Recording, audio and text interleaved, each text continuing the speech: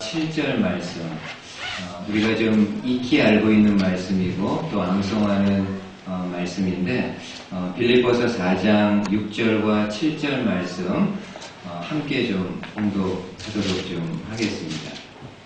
예, 우리 함께 봉독하도록 하겠습니다. 아무것도 염려하지 말고 다만 모든 일에 기도와 간구로 너희 구할 것을 감사함으로 하나님께 아뢰라. 그리하면 모든 지각에 뛰어난 하나님의 평강이 그리스도 예수 안에서 너희 마음과 생각을 지키시리라. 아멘. 예, 오늘도 함께 읽은 본문의 말씀을 통해서 하나님이 주신 진리의 말씀 함께 나누도록 하겠습니다. 바라기는 이 말씀을 통해서 2014년 한 해를 잘 마무리하고 다가오는 2015년을 이 말씀을 통해서 함께 새롭게 맞이할 수 있는 그런 시간 되시기를 바라겠습니다. 여러분, 송구영신이라는 말은 옛것을 보내고 옛것은 보내고 새것을 맞이한다는 의미입니다. 그러니까 한마디로 2014년은 이제 과거로 보내고 다가오는 2015년을 새롭게 맞이한다는 의미입니다. 저와 여러분들이 새해를 맞이하면서 우리 마음속에 가지고 있는 소망이 있다고 하면은 어떤 것이 있을까요? 아마 기본적으로 이런 내용들이지 않을까 생각합니다.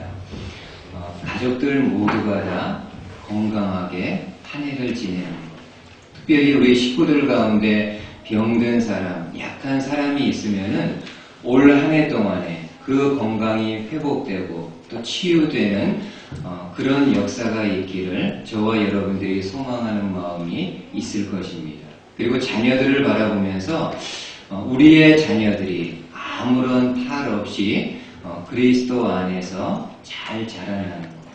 그리고 직장 생활을 하는 분들이 있다고 한다면은 직장 생활을 열심히 할 수 있는 그런 환경들이 주어지는 것.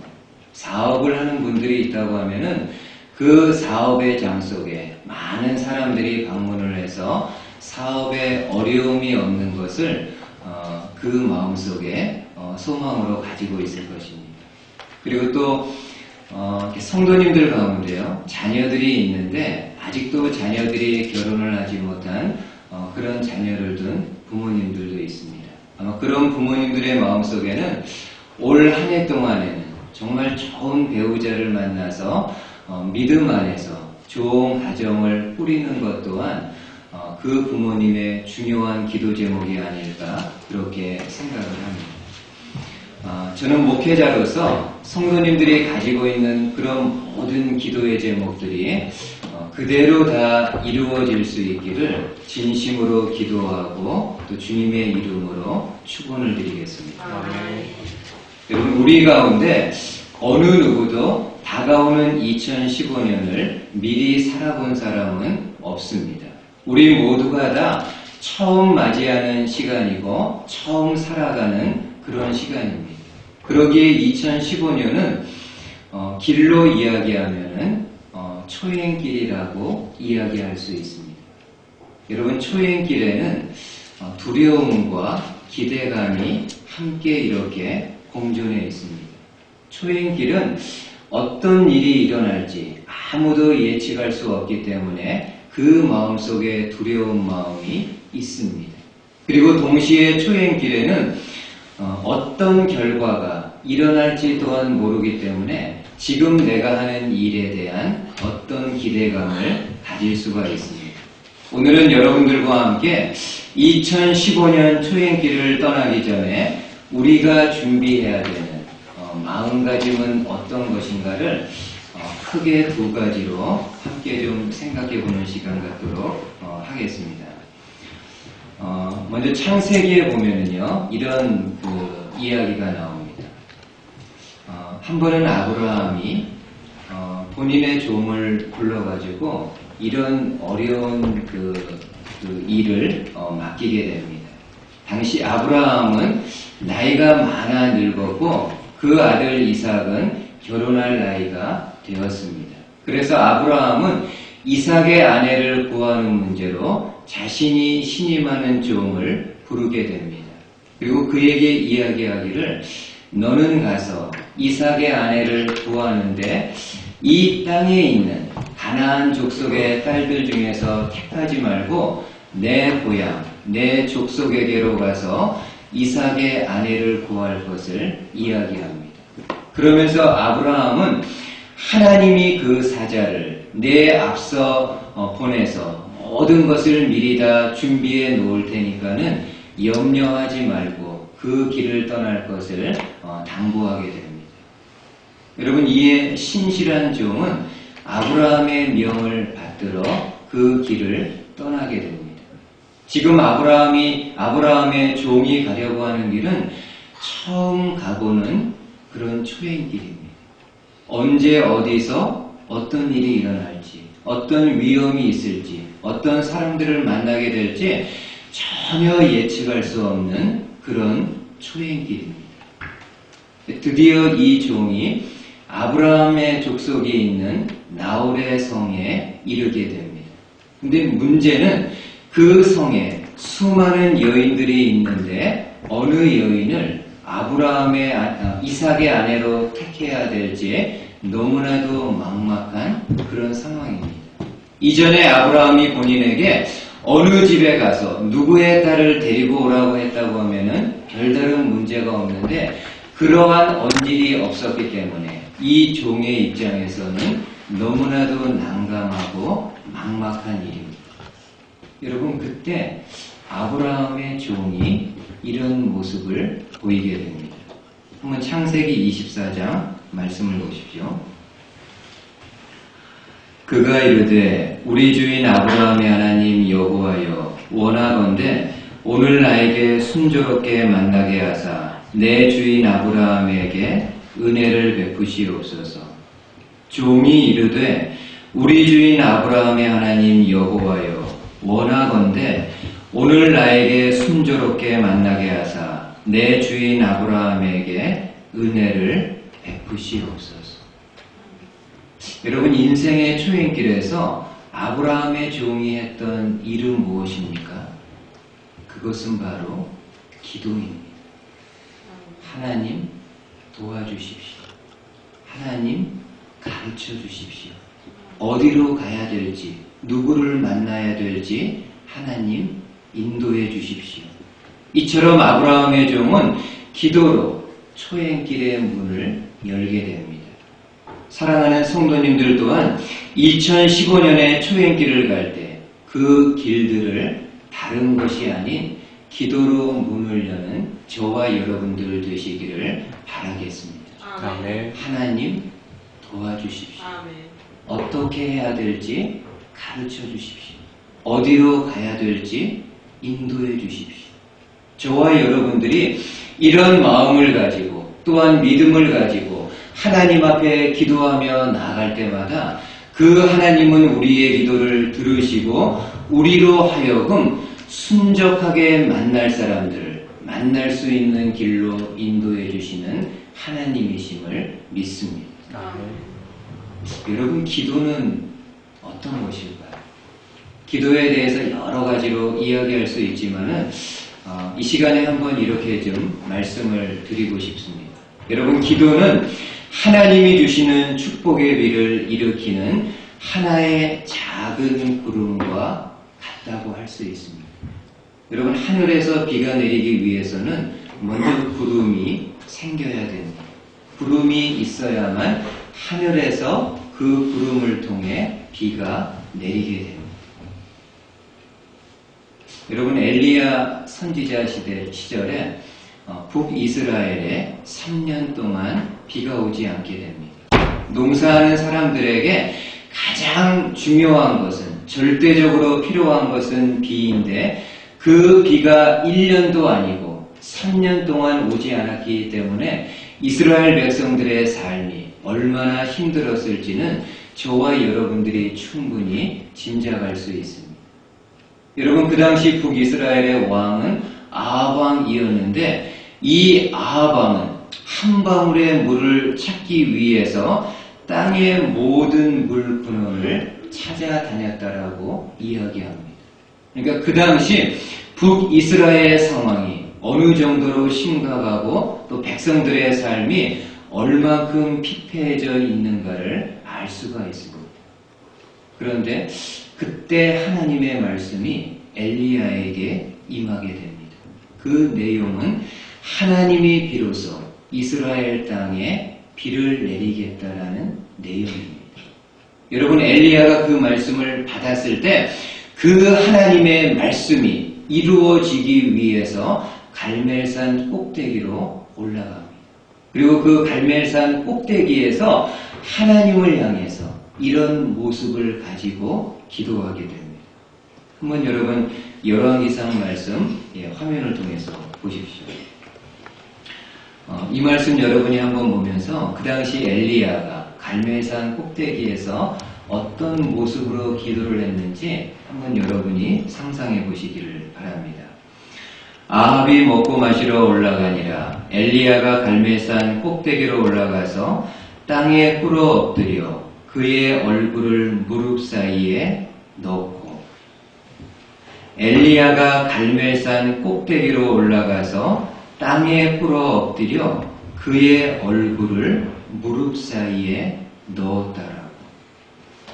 여러분, 이 말씀 보니까는 그 당시 엘리야가 어떻게 기도했는지 지금 그림이 그려지시나요? 엘리야는 땅에 꿇어 엎드리고 그의 얼굴을 무릎 사이에 넣고 기도했다라는 것은 정말 하나님을 향해서 간절히 간곡히 기도했음을 이야기를 합니다. 3년 동안 이스라엘 땅에 비가 오지 않았는데 하나님이 비로소 이 땅에 비를 내려주시겠다고 했는데 그 말씀이 이루어질 수 있도록 정말 엘리야가 있는 온 힘을 다해서 하나님 앞에 기도하게 됩니다. 그리고 사환에게는 이야기하기를 바다 쪽을 바라볼 것을 이야기합니다.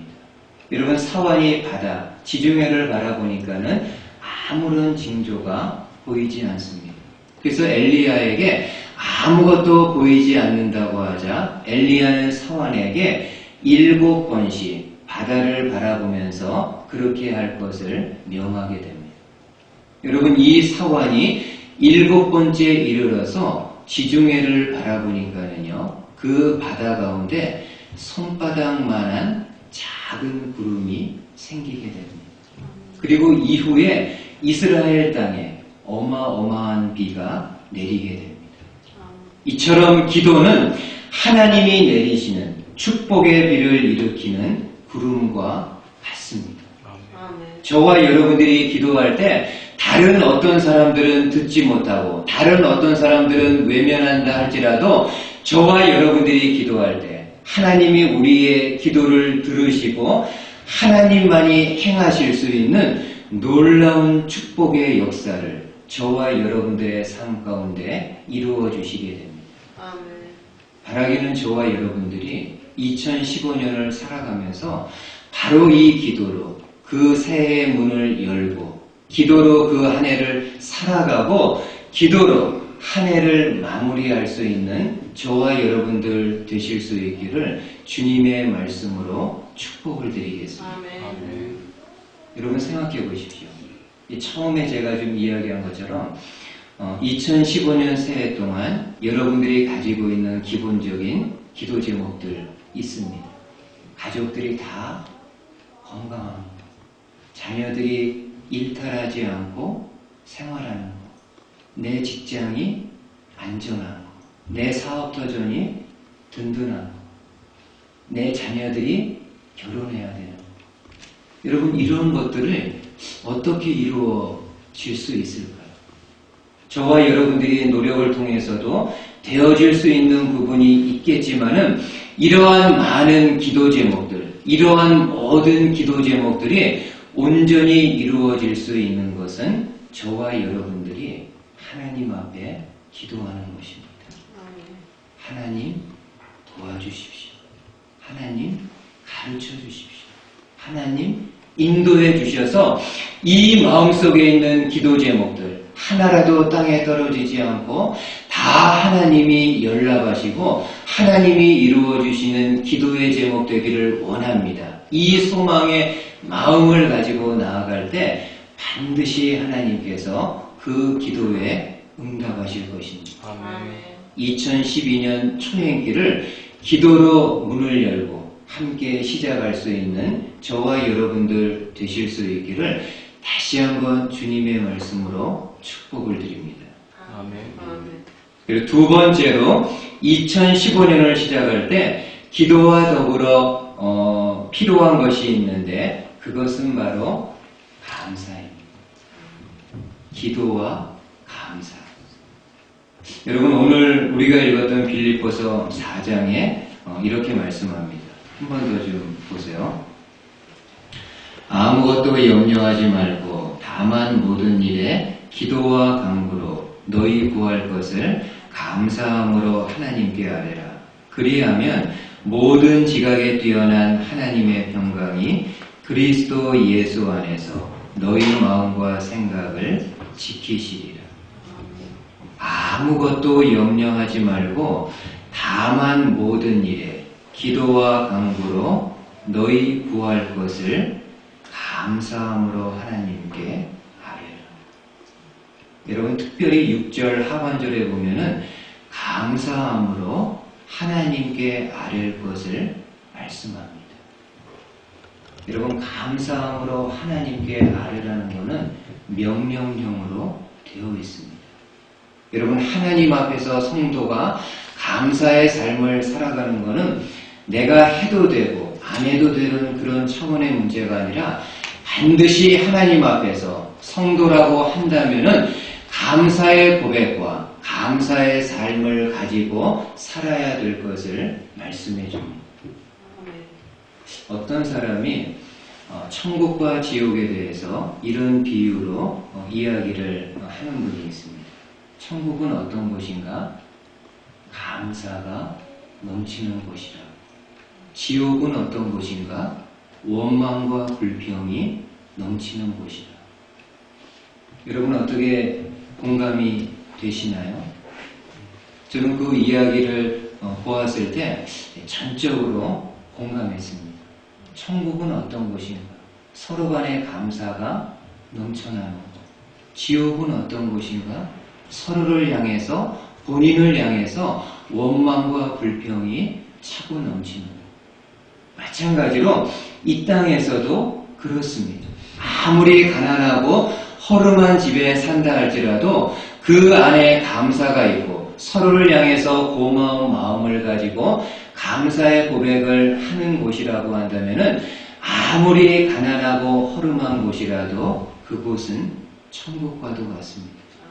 그러나 반면에 아무리 부유하고 부중궁궐과 같은 좋은 집에 산다 할지라도 그 안에 원망과 불평이 있고 분노의 마음을 가지고 살아간다 하면은 아무리 좋은 장소라 할지라도 지옥과도 같은 곳입니다. 여러분 기도와 마찬가지로 감사는요 하나님이 주시는 하나님의 축복을 일으킬 수 있는 하나의 작은 구름과도 같습니다. 제가 지난번에 그 신문을 보니까는 이런 기사를 본 적이 있습니다. 우리나라 명지 전문대학에 손태영 교수가 있습니다. 이 손 교수는 어릴 때 소아마비를 알아가지고 한쪽 다리를 심하게 절게 되었습니다. 그래서 초등학교를 다닐 때 다른 학생들이 그 저는 모습을 보면서 많이 비웃고 또 조롱을 했던 것 같습니다. 심지어 어떤 학생들은 그 손교수를 향해서 이렇게 돌을 던지는 그런 학생들도 있었다고 합니다. 그러니까 손교수가 학생들의 그러한 그 모습들을 바라보면서 더 이상 학교 생활을 할 수 없어가지고 초등학교 5학년 때 학교를 중퇴하게 됩니다. 어린 나이임에도 불구하고 그 마음속에 있는 분노를 참을 길이 없습니다. 날마다 눈물로 밤을 지새우고 하나님 원망하고 부모님 원망하고 세상을 원망하게 됩니다. 이러한 손교수의 분노는 청년 시절까지 계속해서 이어집니다. 늘 마음속에 분노의 심정을 가지고 다른 사람들을 바라볼 때나 다른 세상을 바라볼 때 늘 그 마음과 입술에서 원망과 불평이 나오게 됩니다. 근데 그러던 어느 날 이제 더 이상 할 불평과 부정적인 생각도 없다.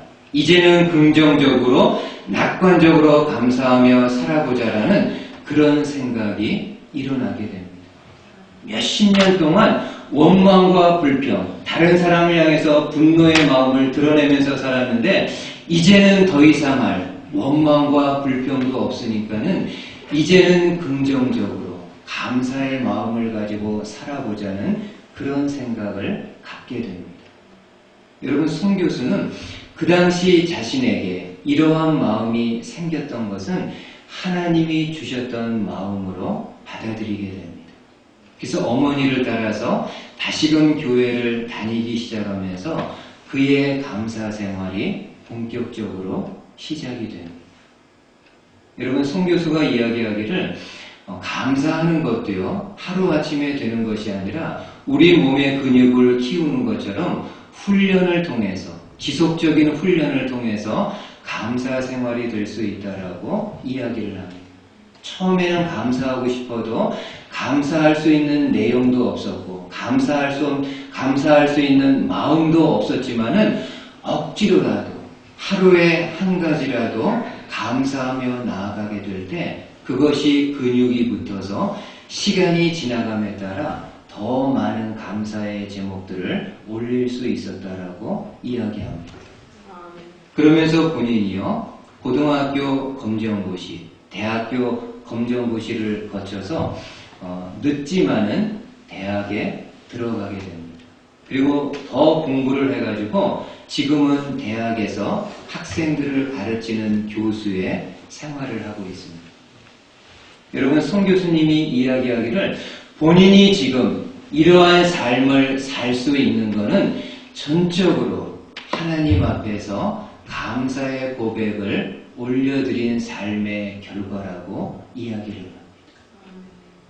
여러분, 이처럼 저와 여러분들이 감사의 고백을 하며 나아갈 때 하나님이 그 감사의 고백을 들으시고 하나님만이 베풀어 주실 수 있는 하늘의 은혜와 축복을 저와 여러분들에게 허락해 주시게 됩니다. 아멘.